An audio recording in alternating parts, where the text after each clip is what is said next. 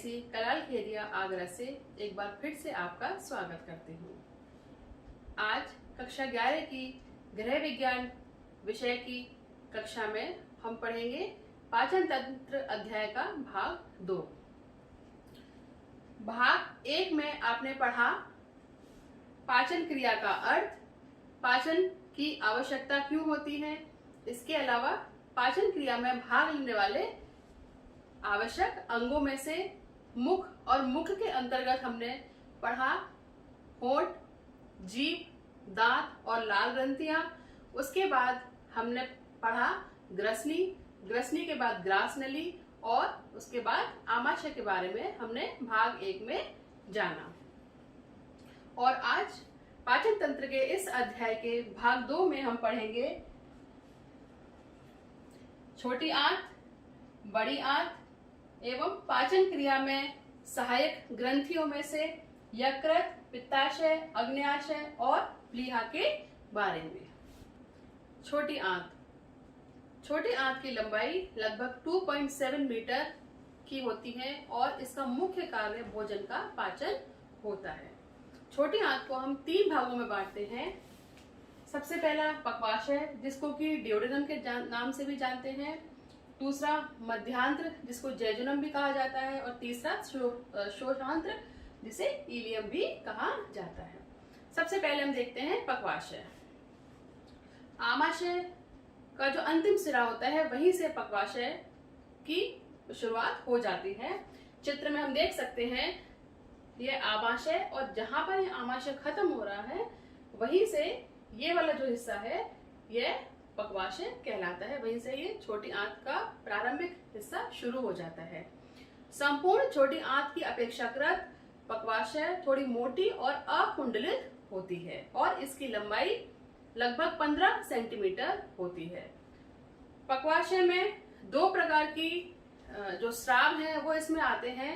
सबसे पहला यकृत, यकृत से निकलने वाला पित्त रस जो कि पित्त वाहिनी के द्वारा आता है पक्वाशय में। और इसके अलावा दूसरा अग्न्याशिक रस, जो कि अग्न्याशय ग्रंथि के द्वारा स्राव होता है और यह भी छोटी आंत में आकर भोजन के पाचन में सहायता प्रदान करता है।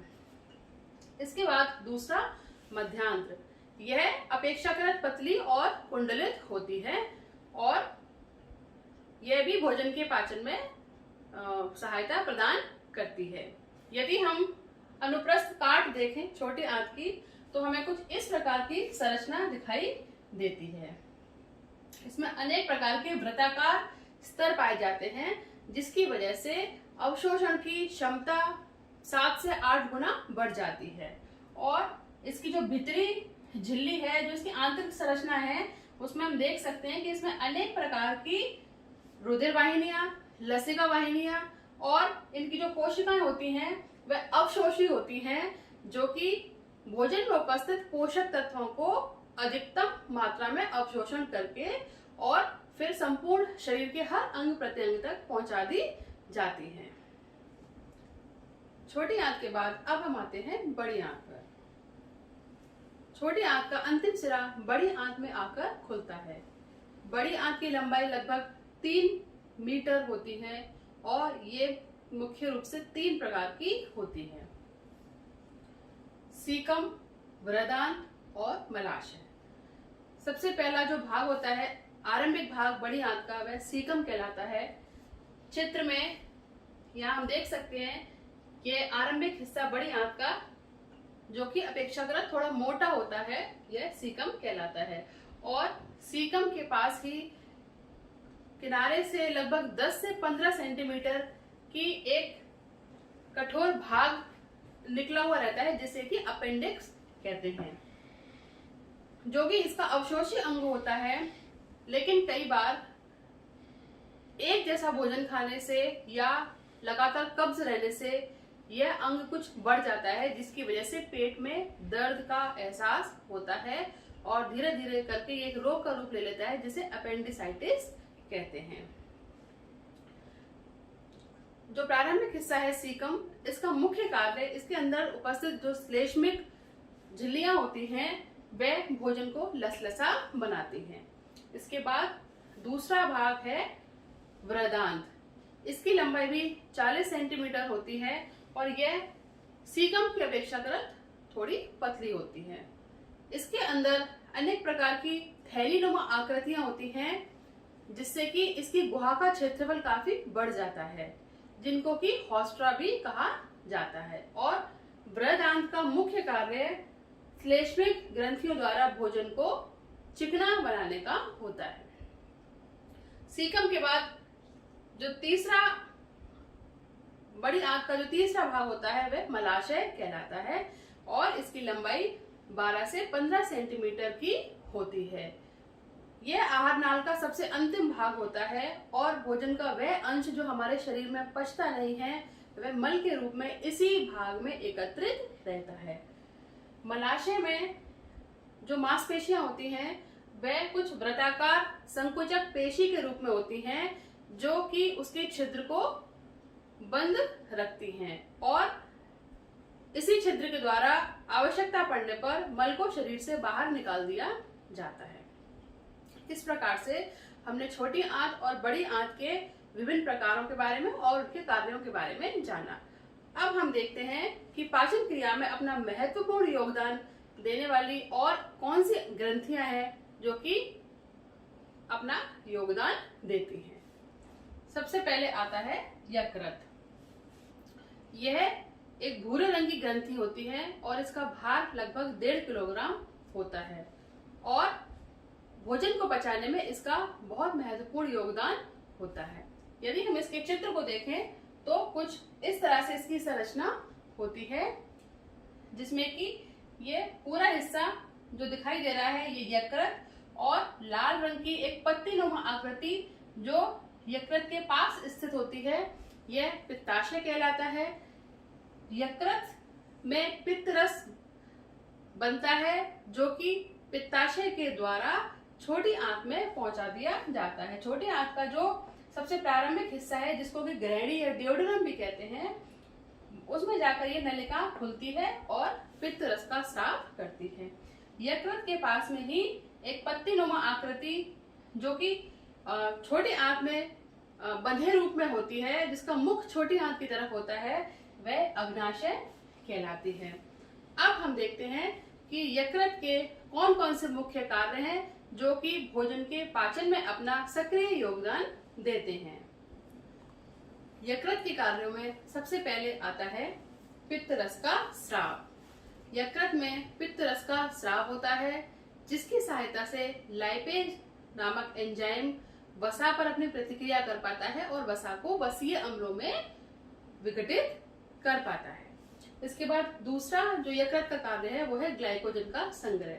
जब शरीर में आवश्यकता से अधिक ग्लूकोज एकत्रित हो जाता है तो वह ग्लाइकोजन के रूप में यकृत में स्टोर कर लिया जाता है और आवश्यकता होने पर वह पुनः ग्लूकोज के रूप में उसको परिवर्तित करके वो शरीर को वापस भेज देता है। तीसरा है यूरिया का निर्माण। यकृत में अमोनिया को यूरिक और यूरिक एसिड में परिवर्तित करके रक्त परिसंचरण तंत्र के द्वारा वृकों में या किडनी में पहुंचा दिया जाता है, जहां से कि उत्सर्जी पदार्थों के रूप में वह शरीर से बाहर निकाल दिया जाता है। इसके बाद आता है लाल रक्त कणिकाओं का निर्माण। यकृत में क्षतिग्रस्त लाल रक्त कणिकाओं का विघटन करके नवीन लाल रक्त कणिकाओं का निर्माण भी किया जाता है। इसके बाद नेक्स्ट आता है फाइब्रिनोजन का निर्माण। फाइब्रिनोजन नामक प्रोटीन का निर्माण भी यकृत करने में सहायक होता है, जो कि रक्त को थक्का जमाने में सहायता प्रदान करती है। इसके अलावा सोडियम कार्बोनेट का निर्माण, यह एक प्रकार का क्षारीय पदार्थ होता है जो कि यकृत बनाता है। इसके कारण छोटी आंत में पाचक रसों के पाचन में आसानी रहती है और जो पाचक रस है वो आसानी से छोटी आंत में पाचन की क्रिया को संपन्न कर पाते हैं। इसके बाद आता है हेपेरिन का निर्माण। हेपेरिन नामक तत्व का निर्माण भी यकृत में होता है, जो कि शरीर में रक्त को जमने से रोकता है। शरीर में रक्त का जो प्रवाह है वो आसानी से बनाए रखता है। इसके अलावा पोषक तत्वों का संग्रह। ग्लूकोज के अलावा अनेक प्रकार के लौह तत्व और वसाओं का संग्रह भी यकृत में होता है और आवश्यकता पड़ने पर वह शरीर को प्रदान कर देता है। इसके बाद है विषैले पदार्थों को शरीर से बाहर निकालना। विभिन्न प्रकार के विषैले पदार्थों को शरीर से बाहर निकालने का कार्य भी यकृत करता है। लास्ट है कैरोटीन का निर्माण। कैरोटीन का निर्माण भी यकृत में होता है, जो कि बाद में विटामिन ए में परिवर्तित हो जाता है। ये सारे जो हमने देखे ये सभी यकृत के कार्य थे। अब इसके बाद हम पाचन में सहायक दूसरी ग्रंथि के बारे में बात करेंगे, जो कि पित्ताशय है। पित्ताशय यकृत के पास ही स्थित एक ग्रंथि होती है, जो कि देखने में बिल्कुल मांस और तंतुओं के बने थैले के समान दिखाई देती है। यहाँ चित्र में हम देख सकते हैं कि नाशपाती जैसा इसका आकार होता है और इसका जो चौड़ा भाग होता है वो यकृत की तरफ होता है। इसमें से जो पतली सी ये नलिकाएं दिखाई दे रही हैं, ये पित्त वाहिनी कहलाती हैं, जो कि पित्त रस को ले जाती हैं और यहाँ छोटी आंत में खुलती है, जहां पर कि पित्त रस का स्राव हो जाता है। पित्त रस में 97% जल और 3% ठोस पदार्थ उपस्थित रहते हैं, जिनमें कि sodium glycolate, cholesterol, lecithin, calcium और मैग्नीशियम आदि होते हैं। मुख्य कार्य पित्त रस जो कि यकृत में बनता है उसको छोटी आंत तक पहुंचाने का कार्य पित्ताशय और पित्त वाहिनी के द्वारा किया जाता है। इसके अलावा दूसरी जो ग्रंथि है जो पाचन में अपना महत्वपूर्ण योगदान देती है वह अग्नाशय। अग्नाशय यहाँ हम चित्र में देख सकते हैं, यह एक पिस्तौल की भांति इसकी आकृति होती है, जिसका चौड़ा भाग छोटी आंत के पक्वाशय वाले भाग में खुलता है और इसके बीच में ये वाहिनियां हैं जो कि अग्न्याशय रसों को छोटी आंत में पहुंचाने का कार्य करती हैं। 3 प्रकार के मुख्य रूप से एंजाइम्स अग्न्याशय से स्रावित होते हैं, जो कि विभिन्न पोषक तत्वों पर अपनी प्रतिक्रिया करते हैं।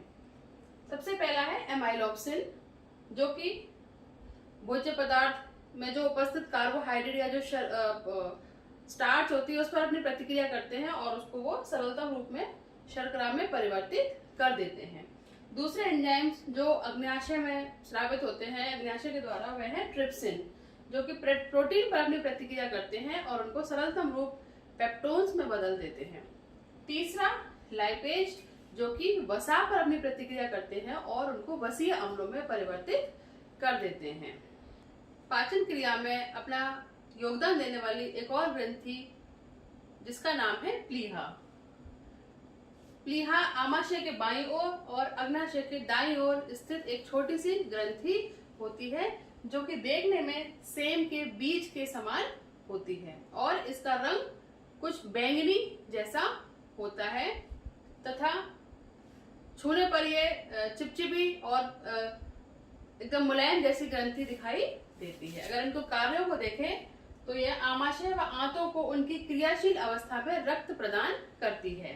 इसके अलावा नई लाल रक्त कोशिकाओं का निर्माण और जो क्षतिग्रस्त या पुरानी टूटी हुई जो लाल रक्त कोशिकाएं हैं उनका विघटन करने का कार्य प्लीहा करती है। इस प्रकार से हमने पाचन तंत्र के विभिन्न अंगों के बारे में जाना और पाचन क्रिया में अपना योगदान देने वाली विभिन्न ग्रंथियों के बारे में भी हमने भाग 2 में पढ़ा। अब हम देखते हैं कि मनुष्य में पाए जाने वाले कौन कौन से पाचक रस हैं और उनका क्या प्रभाव होता है। इसको हम एक तालिका के माध्यम से समझते हैं। सबसे पहले जो पाचक ग्रंथि है लार, और वह लार रस का स्रावन करती है जिसमें कि टाइलिन नामक एंजाइम पाया जाता है और जिस जगह ये अपनी प्रतिक्रिया करती है वह मुख गुहा होती है, जहां पर कि भोजन में उपस्थित कार्बोहाइड्रेट पर टाइलिन नामक एंजाइम अपना असर करता है, अपना प्रभाव डालता है, यानी कि कार्बोहाइड्रेट का पाचन मुख से ही आरंभ हो जाता है। इसके बाद दूसरा जठर ग्रंथियां जो कि जठर रस का स्रावण करती हैं, और इनमें जो एंजाइम्स होते हैं या जिन एंजाइम के साथ ही मिलकर क्रियाशील होती हैं वे पेप्सिन और रेनिन होते हैं, जो कि आमाशय में अपना कार्य करते हैं। और जिस पोषक तत्व पर ये प्रतिक्रिया करते हैं वे प्रोटीन, दूध और वसा, इन 3 पोषक तत्वों पर ये अपना कार्य करते हैं। इसके अलावा यकृत से पित्त रस का स्राव होता है, जो कि छोटी आंत का जो डियोडेनम वाला या ग्रेनी वाला भाग है वहां पर अपना कार्य करता है, और वसा के पाचन में, अन्य पोषक तत्वों के पाचन में इसका योगदान होता है। इसके बाद आते हैं अग्न्याशय। अग्न्याशय से अग्न्याशक रस स्रावित होते हैं, और जो एंजाइम्स उसमें पाए जाते हैं उनके नाम है ट्रिप्सिन, लाइपेज और एमाइलेज। ये भी छोटी आंत के डियोडेनम या ग्रहणी वाले भाग में जाकर अपना स्रावण करते हैं, जो कि भोजन के विभिन्न अवयवों को पचाने में सहायक होते हैं। इसके बाद आंत्र ग्रंथि यानी कि आंतों की जो ग्रंथियां होती हैं उनसे भी एक स्राव होता है, जिसको कि आंत्र रस कहा जाता है, और इनमें जो एंजाइम्स पाए जाते हैं वो एरेप्सिन, माल्टेज, लैक्टेज और सुक्रेज होते हैं, जो कि छोटी आंत में अपना कार्य करते हैं और प्रोटीन के अधपचे अवयव पर ये अपनी प्रतिक्रिया करते हैं। इस प्रकार से इस तालिका के माध्यम से हमने जाना कि हमारे शरीर के पाचन तंत्र के विभिन्न अंगों के द्वारा कौन कौन से एंजाइम स्रावित होते हैं और वो किस प्रकार के भोजन पर अपनी प्रतिक्रिया करते हैं तथा कहाँ पर वो अपनी प्रतिक्रिया करते हैं। इसके बाद अब हम देखते हैं सामान्यतः जो भोजन हम ग्रहण करते हैं वो मुख के बाद ग्रसनी और ग्रास नली से होता हुआ आमाशय में जाता है। आमाशय में वह भोजन लगभग 4 से 5 घंटे तक रहता है, और उसके बाद 4 से 5 घंटे के बाद आंशिक रूप से पाचन होने के पश्चात वह छोटी आंत में उसको आगे अग्रसारित कर दिया जाता है। छोटी आंत में भी भोजन लगभग 4 से 5 घंटे तक रहता है। उसके बाद बड़ी आंत, और अवशोषण छोटी आंत में होने के बाद जो बिना पचा हुआ भोजन है या जो अवशिष्ट हमारे शरीर का जो मल के रूप में एकत्रित हो जाता है वह बड़ी आंत के द्वारा बाहर निकाल दिया जाता है। हमने अक्सर देखा है कि जब हम सुबह सोकर उठते हैं तो उस समय हमारा आमाशय बिल्कुल खाली होता है, क्योंकि जो भोजन में रात्रि को किया था वो लगभग 8-10 घंटे में आमाशय और छोटी आंत से गुजरता हुआ बड़ी आंत पे पहुंच जाता है। सुबह जो हम भोजन ग्रहण करते हैं, जो नाश्ता करते हैं, तो नाश्ते के खाने के बाद के जो 4 घंटे होते हैं तब तक वह भोजन हमारे आमाशय में रहता है। आमाशय में उसका आंशिक रूप से पाचन होता है, लेकिन 4-5 घंटे बाद वह आमाशय से आगे निकलकर छोटी आंत में पहुंच जाता है, और फिर हमें पुनः भूख लगने लगती है। यानी कि 5-6 घंटे बाद जैसे ही हमारा पेट खाली होता है हमें फिर से भूख अपने आप लगने लगती है। और इसी प्रकार से जो भोजन हम सुबह नाश्ते में खाते हैं या जो भोजन हम सुबह के समय खाते हैं, नाश्ता जो हम खाते हैं, वह लगभग दोपहर को 2 बजे तक हमारे आमाशय को खाली कर चुका होता है और दोपहर को 2 बजे हमें पुनः भूख लगाती है। जो नाश्ता हमने सुबह खाया था प्रातः काल में, वह दोपहर तक हमारी छोटी आंतों में पहुंच जाता है, और रात्रि तक आते आते वह और आगे बढ़ जाता है। इस तरह से भोजन हर 2 घंटे बाद, हर 3 घंटे बाद हमारे आमाशय को कुछ न कुछ खाने की आवश्यकता महसूस होती है। इसीलिए कहा भी जाता है कि बहुत लंबे समय तक भूखा नहीं रहना चाहिए, क्योंकि हमारे जो पाचन तंत्र से विभिन्न अंगों से स्रावित होने वाले जो एंजाइम्स हैं उनको प्रतिक्रिया करने के लिए हमारे शरीर में, हमारे आमाशय में भोजन का होना अति आवश्यक होता है। अगर लंबे समय तक हम भूखे रहते हैं, कई बार व्रत में या किसी और कारणों से जब हम लंबे समय तक भूखे रहते हैं, तो उस स्थिति में हमारे शरीर में नकारात्मक प्रभाव उत्पन्न होने लगते हैं। इसीलिए हर 2 या 3 घंटे बाद हमें हल्का, सुपाच्य, जल्दी पचने वाला भोजन खाते रहना चाहिए। इसके अलावा अब हम बात करते हैं, जैसा कि हमने पहले भाग में भी बताया था, कि ऐसी कौन सी बातें हैं जिनको ध्यान रख के हम अपने पाचन तंत्र को स्वस्थ और अधिक क्रियाशील बना सकते हैं। क्योंकि पाचन तंत्र यदि हमारा सही है तो हमारे शरीर के बाकी सारे तंत्र भी स्वतः ही सही और अपनी क्रियाशीलता को अच्छे से बनाए रखेंगे। जैसे गरिष्ठ भोजन ना खाकर हमें हल्का सुपाच्य भोजन खाना चाहिए, और वसा या चिकने वाला भोजन जब हम ज्यादा ग्रहण कर लेते हैं तो वो आमाशय में बहुत समय तक 5-6 घंटे तक रहता है। जैसा कि हमने अभी बताया भी था कि आमाशय में केवल प्रोटीन का पाचन होता है, क्योंकि जो आमाशय से निकलने वाला जठर रस है वो प्रोटीन पर अपनी प्रतिक्रिया करता है। आमाशय में वसा जो या चिकनाई वाला हमने भोजन खाया है वो आमाशय में बहुत देर तक पचता नहीं है। इसीलिए हमें अक्सर जब कुछ हम गरिष्ठ भोजन खा लेते हैं मसालेदार, तो बहुत समय तक हमें भूख नहीं लगती है। ये इसी कारण से होता है।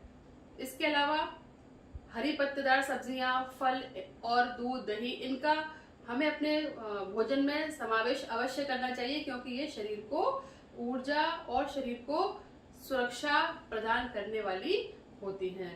रोगों से लड़ने की क्षमता मिलती है हमें इनसे, और हमारा पाचन तंत्र जो है वो स्वस्थ बना रहता है। इसके अलावा भोजन खाते समय बिल्कुल तनाव मुक्त होकर शांत वातावरण में भोजन खाना चाहिए, तभी भोजन हमारे शरीर को लगेगा। कई बार हम चिंता में, क्रोध में या मन में कुछ नकारात्मक विचार लिए हुए भोजन खाते हैं तो वो हमारे शरीर को उतना पॉजिटिवली असर नहीं करेगा जितना कि एक शांत वातावरण और प्रसन्न मुद्रा में हम भोजन ग्रहण करते हैं। इस प्रकार हमने पाचन तंत्र के विभिन्न अंगों के बारे में जाना और पाचन क्रिया में सहायक विभिन्न महत्वपूर्ण ग्रंथियों के बारे में जाना, जो कि भोजन को पचाने, भोजन के अवशोषण में और भोजन के स्वांगीकरण में अपना महत्वपूर्ण योगदान देती हैं। प्रथम भाग में हमने ये भी पढ़ा था कि भोजन को हम ग्रहण करते हैं, और भोजन जब हम मुख में ग्रहण करते हैं तो मुख में दांत, जीभ, लाल ग्रंथियां, होठ, ये सभी मिलकर भोजन पर अपना कार्य करते हैं और भोजन को लुगदी के रूप में अच्छे से, उसको मुलायम लुगदी के रूप में उसको आगे ग्रसनी में भेज देते हैं, और ग्रास नली के द्वारा भोजन आमाशय में आ जाता है। आमाशय में भी पाचन की प्रक्रिया होती है, और परंतु हमने ये जाना कि आमाशय में केवल आंशिक रूप से पाचन होता है। सर्वाधिक पाचन भोजन का छोटी आंत में होता है, जिसमें कि पित्त रस के द्वारा और अग्न्याशिक रस के द्वारा और आंतरिक रस के द्वारा। अर्थात जो छोटी आंत होती है उसमें यकृत में बना हुआ पित्त रस जो कि पित्त वाहिनी के द्वारा पहुंचाया जाता है, और अग्नाशय में बने हुए 3 प्रकार के रस जो कि अग्न्याशिक नली के द्वारा, वाहिनी के द्वारा छोटी आंत में पहुंचाए जाते हैं। और आंतों का जो अपना स्राव होता है, ये सारे के सारे एंजाइम्स मिलकर आंतों में इकट्ठा होते हैं, और आंतों में ही भोजन के ज्यादातर सर्वाधिक पाचन और अवशोषण की प्रक्रिया होती है। आंतों की संरचना इस प्रकार की होती है कि उनमें विभिन्न प्रकार के जैसे गैप होते हैं, जिनको कि रसांकुर भी कहा जाता है, जिसमें कि रुधिर वाहिनियां, नलिकाएं फैली हुई होती हैं, जिनमें कि भोजन के पोषक तत्वों को वो वहां से लेकर शरीर के हर प्रत्यंग में, हर अंग में पहुंचा दी जाती है और हमें ऊर्जा मिल जाती है।